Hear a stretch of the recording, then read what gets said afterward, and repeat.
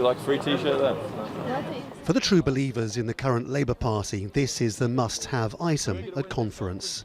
Never mind that their leader Jeremy Corbyn has only a lukewarm relationship with the European Union, criticising it in the past as a capitalist club.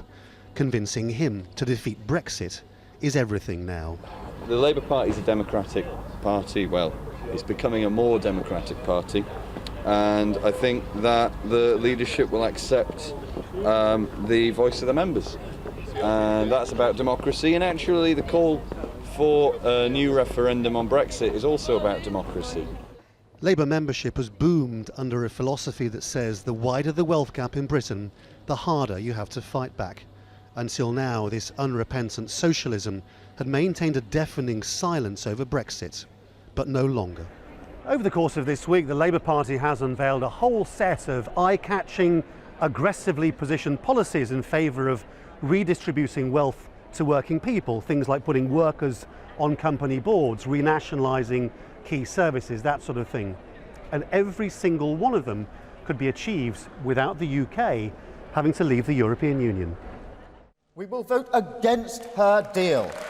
So Labour is now offering two things at once. First, to vote down any deal the government comes up with in Parliament on the grounds that it will be economically damaging, while simultaneously calling for a national election or a new vote, which could include a choice of not leaving Europe at all. Gradually, it seems the tide is turning. We know already that the EU leaders would definitely extend the Article 50 process if we were to have a vote on the deal, or indeed a general election. They wouldn't interfere in that democratic process and make us go over the line during that time. So really, that's not a worry. What we need to do is to make sure that we do have that option, so that it's the people of this country having the final say and not just a few politicians. Most Labour MPs who support Brexit haven't turned up this week. They worry that a U-turn could alienate their own constituents who voted to leave.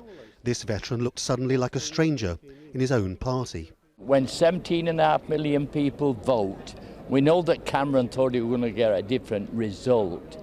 But the truth is they voted the other way, and they voted to come out.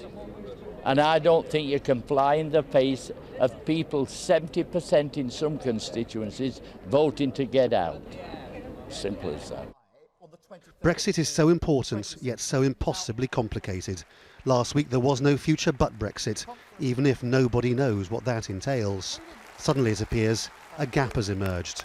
Brexit is by no means a certainty. Laurence, Al Jazeera, Liverpool.